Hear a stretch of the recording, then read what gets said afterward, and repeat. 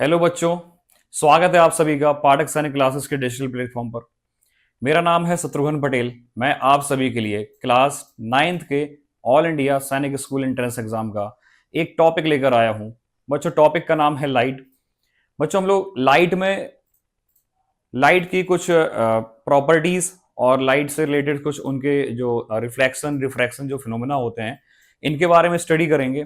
और इसके बाद हम लोग प्रीवियस ईयर में आए हुए क्वेश्चंस को भी सॉल्व कर लेंगे। तो बच्चों, शुरू करते हैं लाइट से ही। तो लाइट क्या है? बच्चों, लाइट है क्या? लाइट को हम लोग डिफाइन कर सकते हैं, light is a form of energy. Light एक तरीके की एनर्जी है जो इनेबल करती है हमें अपने आसपास की चीजों को देखने में। मतलब हम अपने आसपास जो भी देख पा रहे हैं वो सब पॉसिबल है लाइट की वजह से। बच्चों, जब लाइट नहीं होगी, अगर कहीं पर डार्कनेस है, अंधेरा है, तो हमें बहुत क्लियर दिखाई नहीं देता है। तो लाइट ही वो चीज है जो हमें अपने आसपास की चीजों को देखने में मदद करती है। तो बच्चों, हम लोग कह सकते हैं कि light is a form of energy. Light एक तरीके की एनर्जी है जो हमें इनेबल करती है अपने सराउंडिंग को देखने में, which enables us to see our surrounding.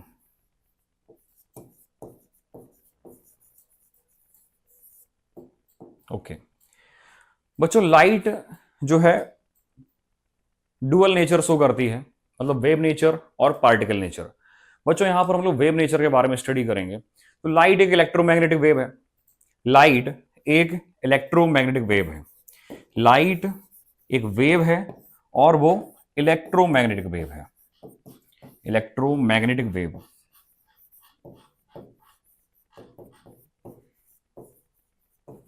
ठीक है। तो बच्चों, लाइट एक इलेक्ट्रोमैग्नेटिक वेव है और इलेक्ट्रोमैग्नेटिक वेव्स को ट्रैवल करने के लिए किसी भी मीडियम की आवश्यकता नहीं होती है। ये वैक्यूम में भी ट्रैवल कर सकती हैं। बच्चों, जैसे सन से जो सनलाइट होती है, जब वो अर्थ पर आती है तो स्पेस से होते हुए आती है, और जो स्पेस में वैक्यूम है, वहां पर कोई भी मीडियम नहीं होता है, तब भी लाइट वहां से ट्रेवल करके अर्थ पर आ जाती है।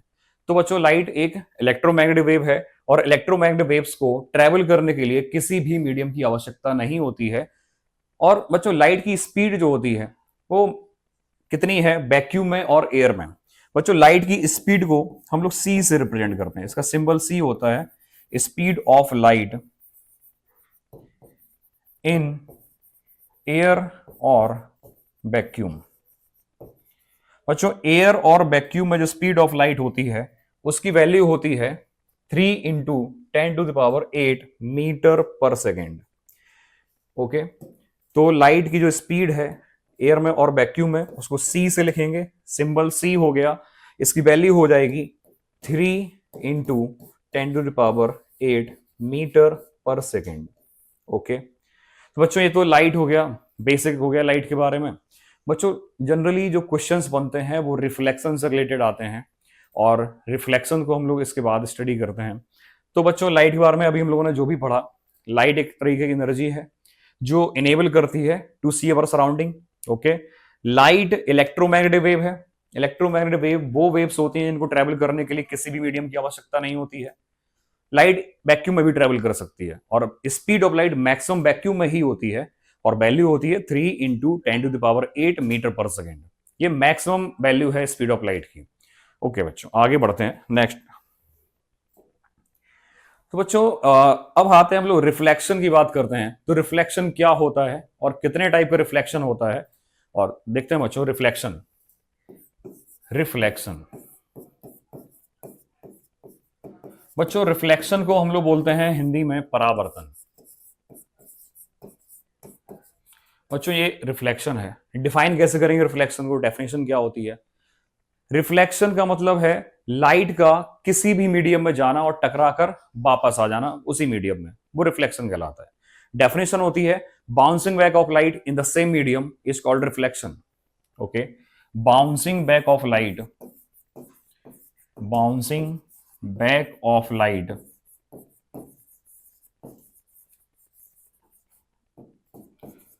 इन सेम मीडियम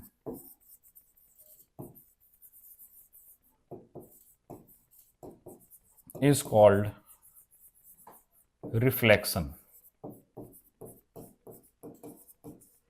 ठीक है, तो ये रिफ्लेक्शन की डेफिनेशन है। अब हम लोग समझते हैं रिफ्लेक्शन को। बच्चों ये एक मिरर है, ये प्लेन मिरर है, और जो प्लेन मिरर है यहां से हम लोग रिफ्लेक्शन को समझते हैं। तो बच्चों ये प्लेन मिरर सामने बना हुआ है, जो लाइट रे मिरर की तरफ आ रही होती है उसको बोलते हैं इंसिडेंट रे, और जिस पॉइंट पर आ रही होती है उसको बोलते हैं पॉइंट ऑफ इंसिडेंस। तो बच्चों जो लाइट रे मिरर की तरफ आ रही है हम लोग एरो से इंडिकेट करेंगे इसको, कि लाइट की डायरेक्शन को एरो से इंडिकेट करेंगे। ये है इंसिडेंट रे, शॉर्ट में इसको हम लोग लिखेंगे आई आर, इंसिडेंट रे। जिस पॉइंट पर आ रही है उसको बोलेंगे point of incidence, POI. POI का मतलब है पॉइंट ऑफ इंसिडेंस। और पॉइंट ऑफ इंसिडेंस में हम लोग परपेंडिकुलर ड्रॉ करते हैं, इसको हम लोग बोलते हैं नॉर्मल। बच्चों ये नॉर्मल है, और इसके बाद लाइट रे जब आएगी तो टकरा के वापस चली जाएगी, क्योंकि मिरर्स ओपेक होते हैं। ओके, तो लाइट रे आ रही है वो इंसिडेंट रे है, और जो लाइट रे टकरा के वापस जा रही है वो रिफ्लेक्टेड रे है। और ये बच्चों परपेंडिकुलर ड्रॉ किया है हमने, जिसको हम लोग नॉर्मल कहते हैं। इसको डॉटेड लाइन से रिप्रेजेंट करते हैं, मैं अभी बना देता हूं। ओके, तो बच्चों ये क्या हो गया, ये हो गया नॉर्मल। ठीक है, तो ये नॉर्मल है। Incident ray, normal and reflected ray. Angle between incident ray and normal is called angle of incidence, I से रिप्रेजेंट करेंगे। Angle between reflected ray and normal is called angle of reflection, इसको R से represent करेंगे। बच्चों I और R, I for angle of incidence, R for angle of reflection. Okay, चलो बच्चों अब देखते हैं हम लोग लॉज ऑफ रिफ्लेक्शन क्या होते हैं। रिफ्लेक्शन के दो लॉ हैं। ठीक है, फर्स्ट लॉ क्या है, incident ray, normal and reflected रे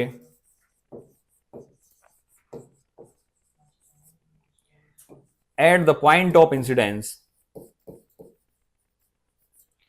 at the point of incidence lies in a same plane, in a same plane। बच्चों ये हो गया रिफ्लेक्शन का फर्स्ट लॉ। तो incident ray, normal and reflected ray at the point of incidence lies in a same plane, तीनों एक ही plane में होते हैं, ये फर्स्ट लॉ। बच्चों इसके बाद सेकंड लॉ पे आते हैं। रिफ्लेक्शन का दूसरा नियम क्या है, angle of incidence is always equal to angle of reflection. Angle of incidence और एंगल ऑफ रिफ्लेक्शन हमेशा बराबर होंगे। ओके, ये हो गया लॉज ऑफ रिफ्लेक्शन। अब देखो बच्चों, जैसे अगर क्वेश्चन अगर पूछा जाए आपसे तो इस पर कैसे बन सकता है, मैं आपको बताता हूं। जैसे मान लो बच्चों ये मिरर बना हुआ है, मैं दोबारा से बना लेता हूं। ये मैंने एक मिरर बना लिया, ये प्लेन मिरर है। ओके, ये इंसिडेंट रे है, जो मिरर की तरफ रे आती है उसको इंसिडेंट रे कहते हैं। जिस पॉइंट पर इंसिडेंट होती है उसको पॉइंट ऑफ इंसिडेंस कहते हैं, और पॉइंट ऑफ इंसिडेंस पर हम लोग परपेंडिकुलर ड्रॉ करते हैं, जिसको नॉर्मल बोला जाता है। और ये रिफ्लेक्टेड रे है जो वापस जा रही है टकरा के। बच्चों मैं लेट कर लेता हूं कि जो एंगल ऑफ इंसिडेंस आप यहां पर दिया गया है आपको, कि एंगल ऑफ इंसिडेंस की वैल्यू 30 डिग्री है। आपसे पूछा गया है एंगल ऑफ रिफ्लेक्शन की वैल्यू क्या होगी। बच्चों according to law of reflection angle of incidence is always equal to angle of reflection. अगर एंगल ऑफ इंसिडेंस 30 डिग्री है तो एंगल ऑफ रिफ्लेक्शन भी 30 डिग्री होगा। तो यहां से एंगल ऑफ रिफ्लेक्शन की वैल्यू आ गई है 30 डिग्री। ओके, बच्चों यहां पर ने देखा रिफ्लेक्शन की डेफिनेशन, तो एक बार मैं जल्दी से बोल देता हूं। रिफ्लेक्शन क्या है, bouncing back of light in the same medium is called reflection. तो ये रिफ्लेक्शन की डेफिनेशन हो गई। देखो जैसे ये मिरर है, ये मैंने सामने बनाया हुआ है, प्लेन मिरर है। जब लाइट रे मिरर की तरफ आ रही होती है उसको इंसिडेंट रे कहते हैं, जो लाइट रे मिरर से दूर जा रही होती है उसको रिफ्लेक्टेड रे कहते हैं, और जिस पॉइंट पर इंसिडेंट रे आती है उसको पॉइंट ऑफ इंसिडेंस बोला जाता है, और पॉइंट ऑफ इंसिडेंस पर हम लोग परपेंडिकुलर ड्रॉ करते हैं, जिसको नॉर्मल कहते हैं। लॉज ऑफ रिफ्लेक्शन में क्या पढ़ा, फर्स्ट लॉ क्या है, incident ray, normal and reflected ray at the point of incidence lies in a same plane. तो इंसिडेंट रे, नॉर्मल और रिफ्लेक्टेड रे तीनों पॉइंट ऑफ इंसिडेंस पर सेम प्लेन में होंगे, ये है रिफ्लेक्शन का एक नियम। दूसरा क्या है, angle of incidence is always equal to angle of reflection, I equal to R. Okay बच्चों, एक तरीके से और यहां पर क्वेश्चन पूछा जा सकता है आपसे, थोड़ा सा घुमा के पूछ लेते हैं। जैसे ये प्लेन मिरर है, ये लाइट रे इंसिडेंट हो रही है, इस पॉइंट को बोलेंगे पॉइंट ऑफ इंसिडेंस। ये परपेंडिकुलर हो गया, ये हो गई रिफ्लेक्टेड रे। ओके, ये एंगल आपको दिया गया है angle between incident ray and the surface of mirror. मतलब आपको जो मिरर की सरफेस और इंसिडेंट रे के बीच का एंगल दिया गया 30 डिग्री। अब आपसे पूछा जाएगा what will the value of angle of reflection. यहां पर आपसे एंगल ऑफ रिफ्लेक्शन की वैल्यू पूछी गई है। अब क्या करेंगे आप? अच्छा बताइए, ये जो नॉर्मल है ये 90 डिग्री का एंगल है मिरर की सरफेस से, ठीक है। तो ये जो पूरा एंगल है ये 90 डिग्री का है, आपको ये एंगल 30 डिग्री दिया गया है। तो इस एंगल की वैल्यू क्या होगी? 90 माइनस 30 इक्वल टू 60 डिग्री। अब जब एंगल ऑफ इंसिडेंस 60 डिग्री आ गया है तो according to law of reflection angle of reflection की वैल्यू कितनी होगी? वो भी 60 डिग्री हो जाएगी। जब angle of incidence angle of reflection के बराबर होता है, अगर एंगल ऑफ इंसिडेंस की वैल्यू 60 डिग्री है तो एंगल ऑफ रिफ्लेक्शन की वैल्यू भी 60 डिग्री ही हो जाएगी। ओके बच्चों, अब आगे बढ़ते हैं टाइप्स ऑफ रिफ्लेक्शन पे। रिफ्लेक्शन कितने टाइप का होता है? बच्चों रिफ्लेक्शन दो टाइप का होता है, रेगुलर और इरेगुलर रिफ्लेक्शन। तो रेगुलर रिफ्लेक्शन क्या होता है? बच्चों ये लिखा हुआ रिफ्लेक्शन, रिफ्लेक्शन के कितने टाइप हैं? रिफ्लेक्शन के दो टाइप हैं। कौन कौन से हैं? एक है रेगुलर और दूसरा इरेगुलर, ठीक है। रेगुलर रिफ्लेक्शन और दूसरा है इरेगुलर रिफ्लेक्शन, ठीक है। तो रेगुलर और इरेगुलर में डिफरेंस क्या होता है, समझते हैं इसको। देखो बच्चों, ये एक प्लेन मिरर है। रेगुलर रिफ्लेक्शन होता है स्मूथ सरफेस से। रेगुलर रिफ्लेक्शन कैसी सरफेस से होगा? स्मूथ सरफेस से होगा, जैसे मिरर हो गया। तो यहां से जो रिफ्लेक्शन होगा वो रेगुलर होगा। बच्चों देखते हैं कैसे होता है। जैसे ये इंसिडेंट रे है, ये दूसरी इंसिडेंट रे है, ये किसी सोर्स से लाइट रेज आ रही हैं जो इंसिडेंट हो रही हैं इस मिरर पर। तो बच्चों ये इंसिडेंट रेज हैं जो एक दूसरे के पैरेलल हैं। अब लाइट रे जिस पॉइंट पर इंसिडेंस हुई हैं उस पर हम लोग क्या बना देंगे? नॉर्मल बना देंगे। बच्चों नॉर्मल बना देते हैं, ठीक है। तो मैं नॉर्मल बना देता हूं यहां पे। ओके, मैं नॉर्मल बना देता हूं। तो बच्चों मैंने ये क्या किया है? नॉर्मल बना दिया, ये नॉर्मल हो गया। ओके, अब जब लाइट रे इंसिडेंट हुई है तो वापस रिफ्लेक्ट होके वापस भी जाएगी। तो जब लाइट रे वापस जा रही है रिफ्लेक्ट होके, तो जो रिफ्लेक्टेड रे है उसको मैं बना देता हूं यहां पे। आप देखिए रिफ्लेक्टेड रेज भी एक दूसरे के पैरेलल हैं। इंसिडेंट रे और रिफ्लेक्टेड रे दोनों पैरेलल हैं। मतलब जो रेज इंसिडेंट हुई हैं वो भी एक दूसरे के पैरेलल इंसिडेंट हुई हैं, और जो रे रिफ्लेक्ट होकर वापस गई हैं वो भी एक दूसरे के पैरेलल हैं। इस टाइप के रिफ्लेक्शन को हम लोग बोलते हैं regular reflection. Due to regular reflection image formation होता है। बच्चों आप मिरर में जो अपनी इमेज देखते हैं, सुबह सुबह आप जब स्कूल के लिए तैयार होते हैं, जब आप स्कूल जाते हैं तो आप क्या करते हैं? तैयार होते टाइम कंघी करते हैं तो आप शीशा देखते हैं, वो प्लेन मिरर है। और जब आप प्लेन मिरर में अपने आप को देख रहे हो तो आपको मिरर में अपनी इमेज दिखाई दे रही है। और जो इमेज बन रही है ड्यू टू रेगुलर रिफ्लेक्शन, क्योंकि मिरर स्मूथ होता है और जब लाइट रेज मिरर से टकराती हैं तो वहां पर रेगुलर रिफ्लेक्शन होता है, और इसी रेगुलर रिफ्लेक्शन की वजह से इमेज का फॉर्मेशन हो रहा है जो आप देख रहे हो। ओके बच्चों, आगे आते हैं हम लोग इरेगुलर रिफ्लेक्शन पे, ठीक है। तो रेगुलर रिफ्लेक्शन हमें याद क्या रखना है? हमें यहां पे याद रखना है कि रेगुलर रिफ्लेक्शन होगा स्मूथ सरफेस से। रेगुलर रिफ्लेक्शन के लिए आपको सरफेस कैसी चाहिए होगी? स्मूथ। और दूसरा क्या है? जब रेगुलर रिफ्लेक्शन होगा तो इमेज का फॉर्मेशन भी होगा, इमेज भी बनेगी रेगुलर रिफ्लेक्शन से। चलो बच्चों अब आगे बढ़ते हैं, आते हैं हम लोग इरेगुलर रिफ्लेक्शन पे। इरेगुलर रिफ्लेक्शन के लिए सरफेस होती है रफ।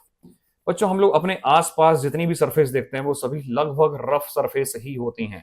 स्मूथ सरफेस आपको बहुत कम देखने को मिलेंगी। तो बच्चों ये रफ सरफेस है, और रफ सरफेस से जो रिफ्लेक्शन होगा वो इरेगुलर होगा। देखते हैं कैसे होता है। बच्चों ये है एक रफ सरफेस, जहां पे इरेगुलरिटीज होती हैं, वो रफ सरफेस है। और इस रफ सरफेस पर लाइट रेज इंसिडेंट हो रही हैं एक दूसरे के पैरेलल। इंसिडेंट रेज एक दूसरे के पैरेलल ही इंसिडेंट हो रही हैं, और जिस पॉइंट पर इंसिडेंट हो रही है उसको बोलते हैं पॉइंट ऑफ इंसिडेंट, जिस पर हमने बना दिया है नॉर्मल। ये बच्चों ये नॉर्मल बना हुआ है। ओके, अब जब लाइट रेज इंसिडेंट हुई हैं तो टकरा कर वापस जाएंगी। जब लाइट रेज वापस जाएंगी तो कैसे वापस जाएंगी? यहां पर जो रिफ्लेक्टेड रेज होती हैं वो एक दूसरे के पैरेलल नहीं होंगी। लाइट रेज किसी भी डायरेक्शन में इधर उधर रिफ्लेक्ट हो जाती हैं, बट बच्चों लॉज ऑफ रिफ्लेक्शन यहां पर भी फॉलो होंगे। सरफेस कैसी भी हो, मिरर कैसा भी हो, लॉ ऑफ रिफ्लेक्शन हमेशा वैलिड होते हैं। ओके बच्चों, अब आगे बढ़ते हैं हम लोग नेक्स्ट टॉपिक की तरफ। बच्चों को देखते हैं नेक्स्ट टॉपिक क्या है। ये था बच्चों रेगुलर और इरेगुलर रिफ्लेक्शन। ओके, अच्छा अब इरेगुलर रिफ्लेक्शन से होता क्या है? आपने नोटिस किया होगा सनलाइट जो होती है, जब दिन का टाइम होता है पूरे कमरे में सनलाइट आती है, तो ये किसकी वजह से आ रही है? लाइट रेस तो सन से आ रही है, वो इंसिडेंट हो रही है दीवार पर या किसी भी सरफेस पर जो रफ है, और रफ सरफेस पर इंसिडेंट होती हैं और वो सारे हर एक डायरेक्शन में लाइट रेस फैल जाती हैं। इसको हम लोग बोलते हैं इरेगुलर रिफ्लेक्शन। और पूरे कमरे में रोशनी किसकी वजह से होती है? Due to irregular reflection. Okay, चलो बच्चों अब आगे बढ़ते हैं। अब आते हैं हम लोग प्लेन मिरर पर, या मिरर कितने टाइप के होते हैं, उसके बाद हम लोग प्लेन मिरर पर आते हैं। ओके, तो बच्चों देखते हैं नेक्स्ट टॉपिक क्या है। मिरर कितने टाइप के होते हैं? बोलो। तो भाई मिरर कितने टाइप के होते हैं? ये लिखा हुआ है मिरर। तो मिरर कितने टाइप के होते हैं? मिरर होते हैं दो टाइप के। कौन कौन से होते हैं? एक है प्लेन मिरर और दूसरा होता है स्फेरिकल मिरर।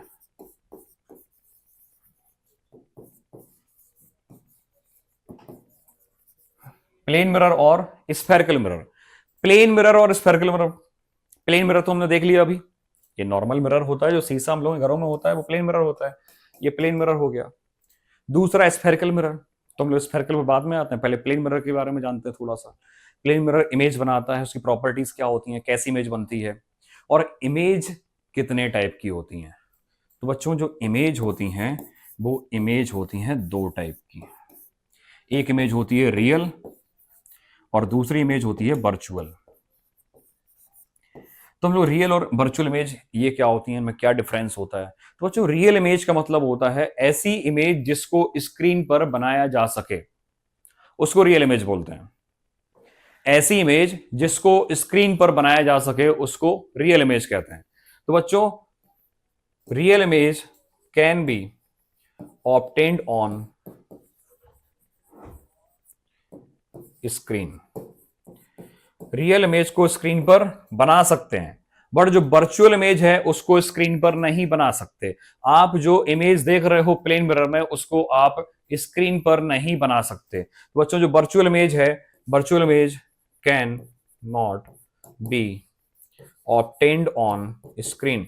मतलब ऐसी इमेज जिसको स्क्रीन पर ना बनाया जा सके उसको बोलते हैं वर्चुअल इमेज, और जिसको स्क्रीन पर बनाया जा सके वो होती है रियल इमेज। अब रियल इमेज आपने देखा होगा, जो प्रोजेक्टर होता है, प्रोजेक्टर से आपने कभी मूवीज वगैरह देखी होंगी, तो पर्दे पर जो इमेज बन रही है वो रियल इमेज है, और शीशे में आप जो देख रहे हो वो वर्चुअल इमेज है। शीशा मतलब प्लेन मिरर, आप जो इमेज देख रहे हो वहां पर वो वर्चुअल इमेज है।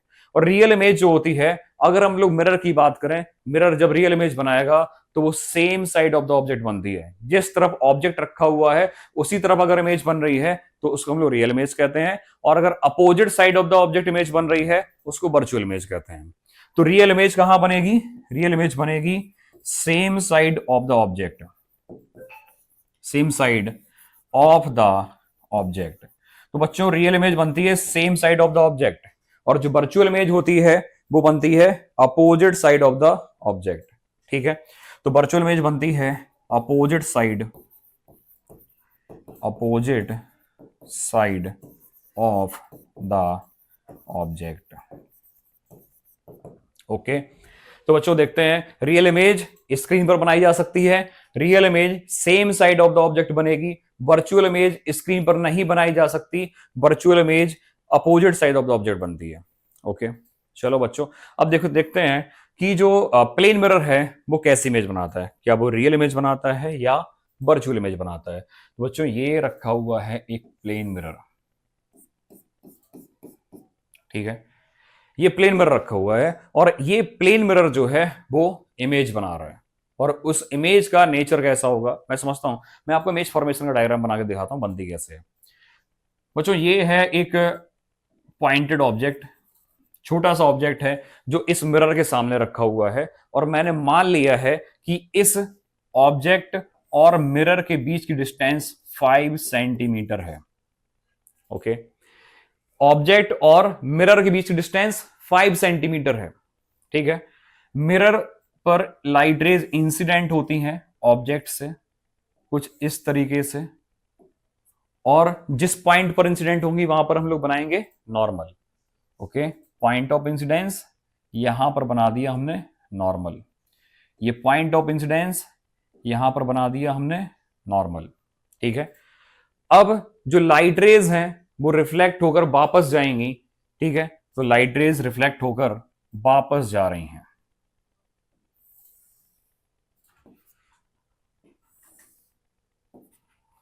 सॉरी, ठीक है, लाइट रेज रिफ्लेक्ट होकर वापस जा रही हैं। अब देखते हैं, क्योंकि मिरर तो ओपेक होते हैं, मिरर से लाइट रेज जब होंगी तो लाइट रेज वापस जाएंगी टकरा के। ठीक है, तो वापस जाती हैं, ये लाइट रेज वापस जा रही हैं।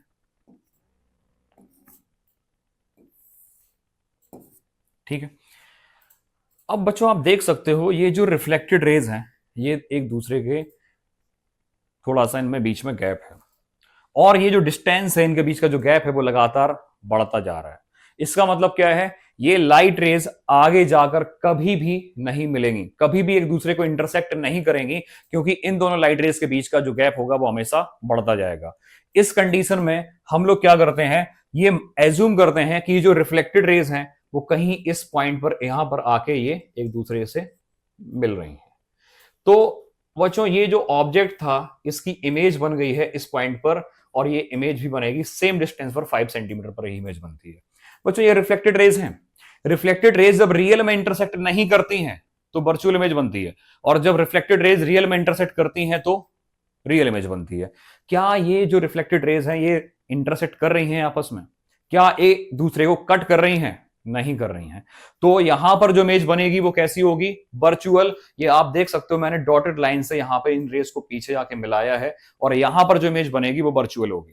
तो बच्चों हम कह सकते हैं कि प्लेन मिरर जो इमेज बना रहा है वो वर्चुअल इमेज है। अच्छा बताओ, अभी हमने रियल इमेज के बारे में क्या बताया था? रियल इमेज के बारे में बताया था कि रियल इमेज को स्क्रीन पर बना सकते हैं। वर्चुअल इमेज के बारे में बताया था वर्चुअल इमेज को स्क्रीन पर नहीं बना सकते।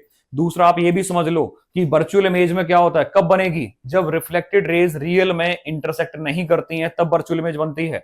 आप यहां पर देख सकते हो ये जो रेज हैं ये रिफ्लेक्टेड रेज हैं, ये रियल में इंटरसेक्ट नहीं कर रही हैं। यहां पर हमने एज्यूम किया कि इस पॉइंट पर जाके रेज मिलेंगी, तो ये जो इमेज बनेगी इस कंडीशन में वो वर्चुअल इमेज होगी। ओके बच्चों, आपने यहां पर दो चीजें नोटिस की हैं। एक तो पहला तो यह है कि सेम डिस्टेंस पर इमेज बनती है, दूसरा इमेज वर्चुअल होती है। और जब आपने शीशा देखा होगा तो आपने ये भी नोटिस किया होगा कि इमेज सीधी बनती है। जैसे अगर आप सीधे खड़े हुए हैं मिरर के सामने तो आपकी इमेज भी सीधी ही बनेगी। ठीक है, तो अब हम जानते हैं कि जो प्रॉपर्टीज होती हैं, कैरेक्टरिस्टिक्स होती हैं इमेज की जो बनाई जाती है प्लेन मिरर के द्वारा, क्या क्या होती हैं। यहां पर लिख लेते हैं, characteristics of image formed by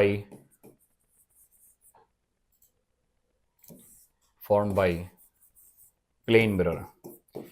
plane mirror के द्वारा जो इमेज बनाई गई है उसकी करेक्टरिस्टिक क्या क्या होती हैं, प्रॉपर्टीज क्या होती हैं।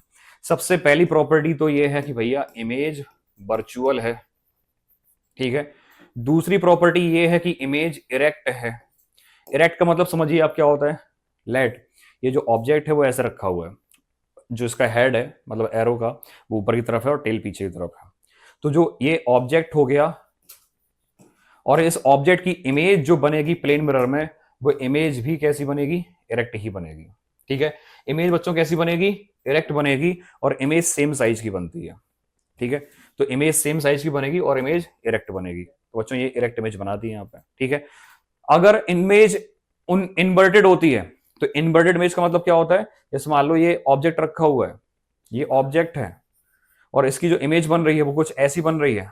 यहां पर नोटिस करना आप, ये जो ऑब्जेक्ट है, ऑब्जेक्ट वाला एरो है, इसका हेड ऊपर की साइड है, और जो इमेज वाला एरो है इसका हेड नीचे की साइड है, तो ऑब्जेक्ट जो बन रहा है, ऑब्जेक्ट जो रखा हुआ है वो इरेक्ट रखा हुआ है, सीधा है, और इमेज कैसी बन रही है, इन्वर्टेड। बच्चों आप समझ गए होगे इन्वर्टेड और इरेक्ट का मतलब क्या होता है।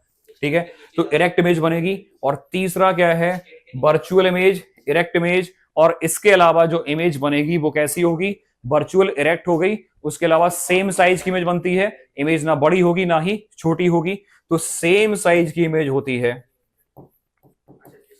और दूसरा, सॉरी, नेक्स्ट क्या है, इसके अलावा जो इमेज होगी वो सेम डिस्टेंस पर भी बनेगी, सेम डिस्टेंस।